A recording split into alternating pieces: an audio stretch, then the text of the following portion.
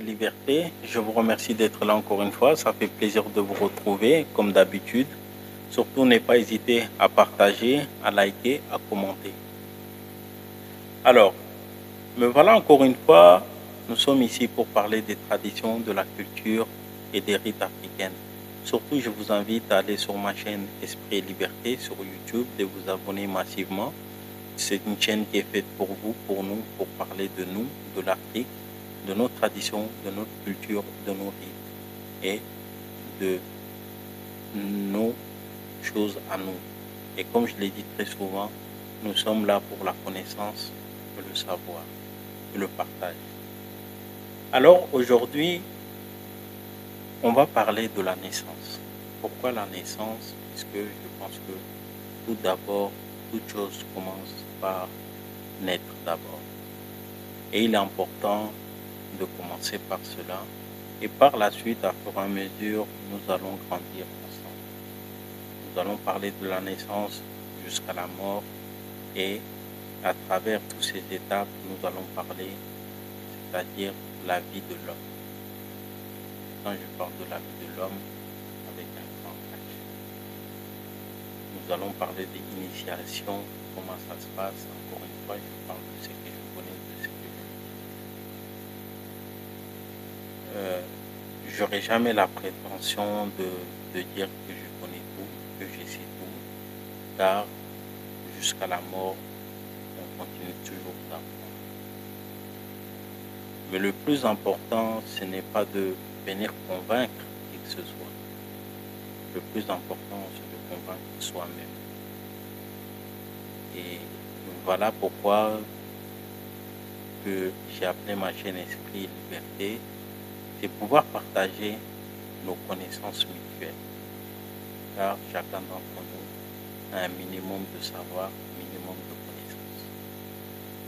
L'intelligence n'est pas quelque chose de appartenance, tout simplement statique, en pensant que ce qu'ils ont étudié dans des écoles différentes, occidentales ou orientales, qu'ils ont l'intelligence. L'intelligence fait partie de l'homme, de sa nature, en fonction de là où il est, où il se trouve. Donc, nous allons parler de la naissance.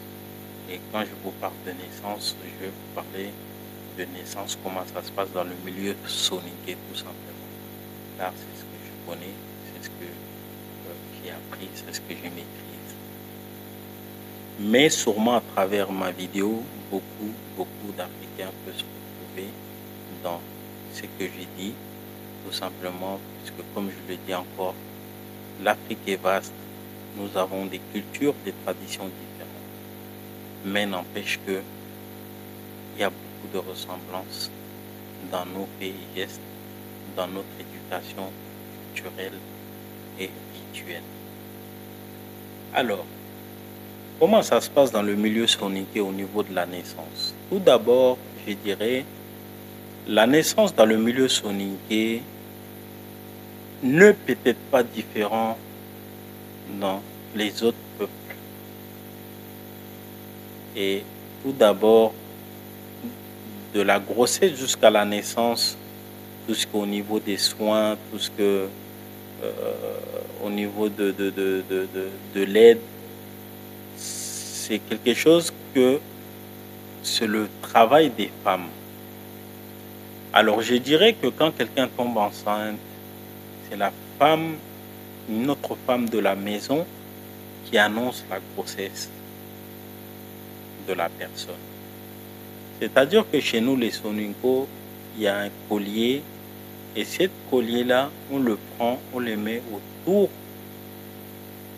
du cou de la femme pour annoncer qu'elle est enceinte et annoncer la bonne nouvelle. Et en annonçant la bonne nouvelle, on dit Adimoleniga. Et quand on dit Adimoleniga, je vais vous expliquer et vous allez voir avec la vision. Et si vous êtes chez vous, si vous êtes sur Internet, vous allez taper par exemple, l'haricot, mais le grain d'haricot, et vous allez voir la forme. Donc, quand on dit en sonika des molenniga, ça veut dire que elle a mangé de l'haricot. Mais quand on dit manger de l'haricot, c'est tout simplement projeter l'image de l'haricot, puisque l'haricot, quand vous le prenez, vous le mettez dans ce sens-là, vous allez voir la forme, c'est-à-dire du ventre de la femme enceinte, puisque en haut de l'haricot, c'est tout fin, et quand ça redescend, ça prend leur courbe d'une femme enceinte avec le ventre qui ressort. Voilà chez nous les Soninko pourquoi quand quelqu'un tombe enceinte, on dit Adimolenyiga. C'est tout simplement cela. Et comme je le dis encore une fois, je le dis, je le répète, l'Africain ne fait jamais les choses au hasard. Puisque nous sommes des êtres humains, tout simplement, qui fait partie de la nature. Nous ne sommes pas différents des animaux. Tout simplement, la différence est que l'homme a la langue, l'homme peut s'exprimer, donc tout simplement, l'homme est sorti de son milieu naturel pour pouvoir avancer, tout simplement. Donc, je dirais qu'on n'est pas différent. Mais quoi qu'il en soit, on s'identifie toujours à la nature, puisqu'on fait partie de cette nature.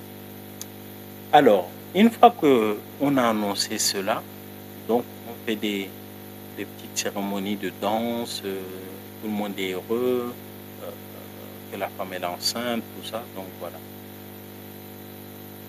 Et jusqu'à l'accouchement, comme je l'ai dit, à l'accouchement, on dit, par exemple ici en Europe, on dit c'est les sages-femmes, tout ça, donc il faut savoir que chez nous, c'est les femmes qui s'occupent de ça aussi, de la naissance. Et pour nous, une fois qu'il y a eu la naissance, donc il y a des vieilles personnes qui sont ici, qui ont la connaissance, la science, et qui sont là pour regarder le placenta de la femme, de voir déjà la couleur de l'eau qui se trouve à l'intérieur, de pouvoir regarder s'il n'y a pas de maladie ou pas. Et à travers cette placenta, on peut aussi regarder, lire l'avenir de l'enfant, de regarder son parcours, son futur, j'en sais rien. Donc, de regarder. Et une fois qu'on a fini de regarder, on met ça dans une calebasse et on va dans le jardin. Quand je dis jardin, vous comprenez, où on va derrière la maison pour creuser et enterrer. Et je dirais aussi, il est important de comprendre que dans la tradition soninké, pour nous, l'enfant qui vient de naître n'est pas un être humain pour le moment, puisqu'on considère qu'il vient du monde invisible. Et il est encore invisible. Et je vous dirai pourquoi, à partir de quel moment on le considère comme un être visible. Et quand nous disons il vient du monde invisible, c'est-à-dire que de là où il vient,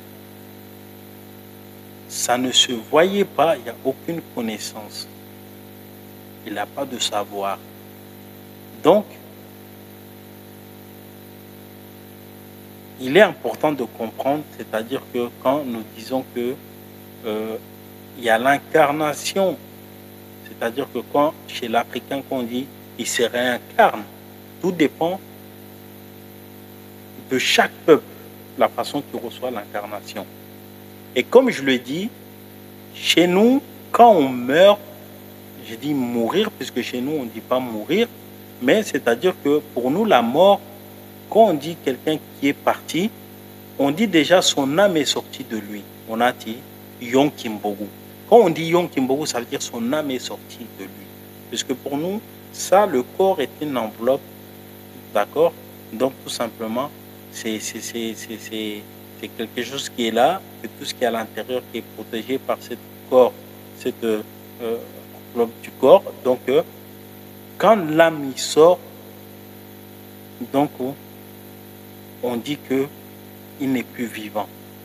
Mais l'âme continue à vivre. Parce que l'âme, c'est quelque chose d'invisible. Donc, ça continue à vivre. Mais, par contre, le cadavre est là. Donc, cadavre que nous, en sonico, on appelle bourré. Donc, bourré, c'est cadavre. Donc, voilà. Et on va enterrer le cadavre. Mais, chez nous, on estime que il n'est pas mort, il a changé de domicile, mais son âme continue à vivre à travers nous. Et quand je dis à travers nous, il est invisible, mais son âme est toujours présente. Et c'est pour cela que parfois, on a des règles à laquelle que nous évitons certaines choses pour dire que celui-là qui est mort, il y a certaines heures que son âme revient à la maison pour pouvoir se servir des choses. Donc, quand on dit chez nous qu'on se réincarne, justement, l'enfant qui vient d'arriver, pour nous, on considère qu'il vient du monde invisible, c'est-à-dire où il y a les ancêtres, les mondes invisibles. Et voilà pourquoi, dans notre tradition ancestrale, que ce soit soninké ou d'autres peuples, c'est-à-dire que on choisissait le prénom en fonction de personnes décédées. Déjà, on choisit le prénom au niveau du respect. On choisit le prénom pour ne pas oublier la personne décédée. On choisit le prénom pour faire revenir l'âme de la personne. Donc, il est important d'expliquer ces choses dans ces manières. Et c'est notre vision en tant qu'Africains, c'est notre propre vision en nous. Alors, comment nous choisissons les prénoms? Alors, on choisit les prénoms, donc, c'est-à-dire que par rapport à un grand-parent, que ce soit un grand-père ou une grand-mère, une père ou une mère, ou par respect de quelqu'un même qui est vivant, qu'on peut donner le prénom à l'enfant. Mais c'est rare. On a tendance à représenter quelqu'un qui n'est plus de ce monde, qui est passé de l'autre côté du monde invisible. Et c'est-à-dire que quand on met le prénom à l'enfant, par exemple, on disait il s'est réincarné, et ces prénoms on choisit comment? C'est-à-dire que on prend 3 bâtons, et ces 3 bâtons, même c'est quelque chose qui ne se fait plus aujourd'hui. Parce que quand moi je vous raconte les histoires, je vous raconte l'histoire du passé, mais pas passé actuel, mais du passé lointain. Avant l'arrivée de l'islamisation, avant l'arrivée du christianisme pour certaines, mais chez les Soninko, c'est plutôt l'islamisation. Mais quand même qu'on a quand même gardé, même s'il y a beaucoup de choses qui ont disparu, mais on a gardé aussi pas mal de choses jusqu'à aujourd'hui. Alors, ces 3 bâtons, il y a un enfant de la maison qui va choisir parmi ces 3 bâtons qu'on a donné de nous, de chaque bâton. Et en fonction de ça, l'enfant va choisir. Et le bâton qu'il aura choisi, c'est ce prénom qu'on donnera à l'enfant, si c'est un garçon ou une fille. Donc, une fois qu'on aura fait ce choix, maintenant, au bout du 7e jour, bien sûr, parce que tout cela, on donne le prénom au bout de 7 jours. Pourquoi au bout de 7 jours? Je vous ai parlé du monde invisible. Parce que pour nous, du naissance jusqu'au 7e jour, on estime que l'enfant est toujours dans le monde invisible. Il n'est pas humain. Et au bout du 7e jour, une fois qu'il aura reçu son prénom et qu'on a rasé sa tête, et à partir de là, on le considère comme quoi qu'il est dans le monde visible. Puisqu'il a un prénom, on a rasé sa tête, et là, on lui fait sortir de la chambre de naissance pour le présenter, c'est-à-dire à la famille, au monde. Voilà quelqu'un qui est sorti du monde invisible pour venir dans le monde visible. Alors, quand nous rasons la tête, nous enterrons les cheveux, ou les cheveux, on les met dans les toilettes. C'est très important dans la croyance africaine. Et au-delà de ça, le prénom est choisi aussi par la mère ou par le père. Encore une fois, tout dépend, c'est-à-dire de chaque peuple. Même nous, les Soninko, ça peut être différent d'un autre peuple soninké à un autre peuple soninké. C'est-à-dire quand c'est le premier enfant, la femme ou l'homme choisi, il donne le prénom de quelqu'un qui a choisi. D'accord, parmi les 3 bâtons, il choisit le prénom. Et d'autres, c'est la femme. Pareil, elle choisit qui elle veut donner, que ce soit homme ou femme. Mais il faut savoir que chez nous, en tout cas chez moi, la règle est différente. C'est-à-dire les 3 premiers enfants, les 2 premiers enfants, c'est l'homme qui choisit les 2 premiers enfants, les prénoms des 2 premiers enfants. Et le 3e enfant, c'est la maman qui choisit. Et après, dans un couple, on peut s'arranger. Par exemple, si je sais que c'est mon tour de nommer le prénom de l'enfant, je peux dire à ma femme, non, ben je te laisse, mets le prénom à l'enfant. Et ma femme, dans ce cas-là, elle pourra choisir de mettre le prénom à l'enfant. Et chez nous, le peuple soninké, en tout cas de chez moi, l'homme va tendance à donner des prénoms de lien de sa famille. Et la femme va tendance à donner le prénom de lien de son côté, de sa famille. Mais ce qui est important, c'est de comprendre que, quoi qu'il en soit, nous mettons des prénoms des personnes que nous avons du respect. Et c'est pour cela que, quand nous parlons de les ancêtres méritants, beaucoup de personnes ne comprennent pas ce sens-là. Quand nous disons les ancêtres méritants, il faut comprendre que quand quelqu'un qui était vivant, qui n'a jamais fait quelque chose de bon, et quand il venait à décéder, et si on devait choisir un prénom, il sera effacé à tout jamais, car nous estimons que nous ne mettons pas le prénom de quelqu'un qui n'a jamais fait quelque chose de bon, puisque ça risque de poursuivre vis-à-vis de l'enfant qui vient de naître, et si on donne le prénom de la personne qui était mauvais. Voilà pourquoi, quand nous parlons de nos ancêtres, nous disons nos ancêtres méritants. Puisque pour nous, quelqu'un qui n'a pas fait quelque chose de bien ne peut pas se réincarner à travers l'enfant qu'on va donner son prénom, tout simplement. Alors, au bout du 7e jour, on fait les cérémonies. Donc, il faut savoir qu'il y a 3 noms qu'on donne. Il y a le nom visible, le nom invisible et quand je dis nom, prénom plutôt, le prénom visible, le prénom invisible, le prénom religieux. Mais il faut comprendre aussi que nous donnons aussi les prénoms en fonction de l'enfant, la maman, le temps qui a mis pour avoir cet enfant. Par exemple, si c'était une maman que pendant longtemps, elle n'a pas eu d'enfant, donc la grossesse, elle a mis du temps pour tomber enceinte, et quand elle a un enfant, cet enfant, on va l'appeler Dalla. Dalla qui veut dire tout simplement longtemps. Quand vous voyez une fille qui s'appelle Dalla, ça veut dire tout simplement sa mère, elle a mis du temps pour l'avoir. Voilà pourquoi on l'appelle Dalla. En tout cas, peut-être qu'aujourd'hui on va appeler Dalla comme ça, mais dans le passé ancestral soninké, quand on appelle Dalla, ça veut dire quelqu'un que sa maman a eu du temps pour avoir, si c'est une fille.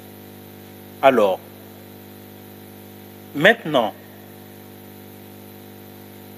quand c'est un homme, donc que la femme elle a accouché, mais qu'elle ne s'attendait pas, ça faisait tellement longtemps qu'elle n'avait plus d'espoir, on l'appellera Madjigi. Madjigi, quand on dit Madjigi, ça veut dire je l'espérais pas, ou plutôt j'avais plus d'espoir, mais je l'espérais pas tout simplement, on va l'appeler Madjigi.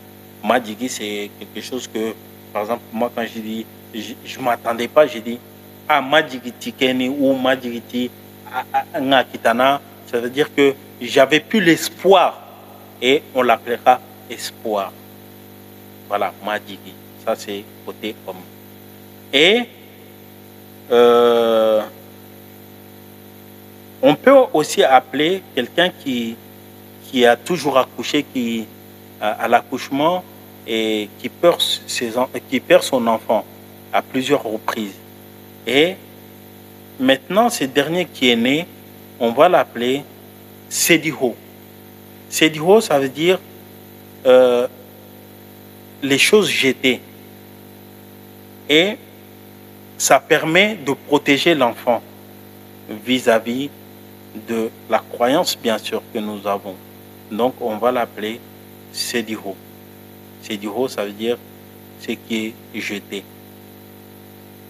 Et après aussi, dans la même chose, il faut savoir que, par exemple, on donne des prénoms en fonction aussi de la naissance, c'est-à-dire le premier, le deuxième, le troisième, le quatrième, que ce soit homme ou femme.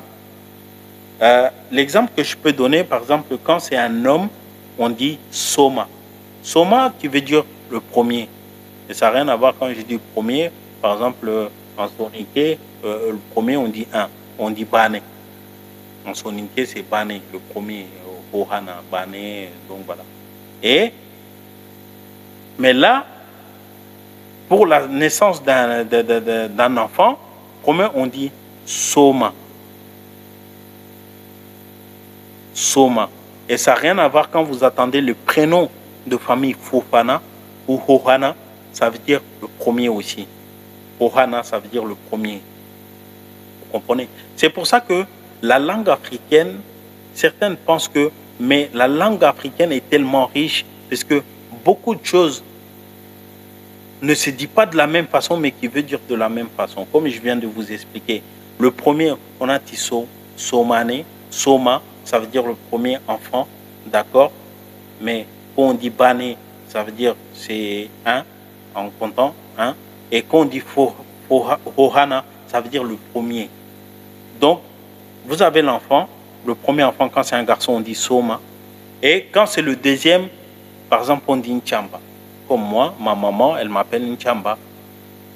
C'est comme j'ai dit, c'est mon prénom. Le fait qu'elle dit Nchamba, c'est que je suis le deuxième de la fratrie, tout simplement.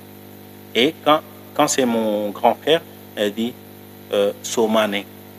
Et vous avez le troisième qu'on dit Ndemba. Et ensuite de suite, jusqu'au dernier, le dernier qu'on va appeler Legere. Legere, quand vous attendez Legere, que ce soit en soninké, en bambara, ça veut dire que c'est le dernier de la fratrie, tout simplement.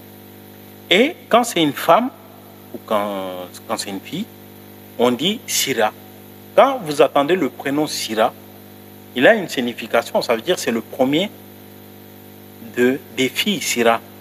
Et quand vous attendez Kumba, ça veut dire c'est le deuxième. Et vous attendez Henda, c'est le troisième. Et quand vous attendez Tako, c'est le quatrième. Et ensuite de suite, comme j'ai dit, vous allez venir jusqu'à Legere. Legere, c'est le dernier. Mais vous avez le classement en premier, deuxième, troisième, quatrième, cinquième, sixième, chacun avec son petit nom, comme on dit.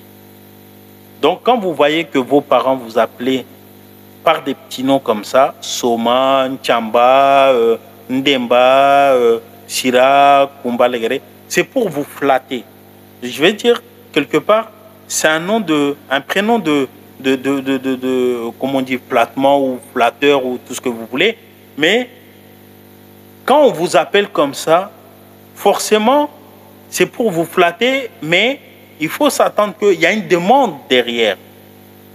Par exemple, quand ma mère elle a besoin d'un service, qu'elle va me demander, hey, Nchamba, j'ai besoin de ci, j'ai besoin de ça. Donc, c'est pour vous caresser dans le sens, pour vous glorifier quelque part. Et puis voilà.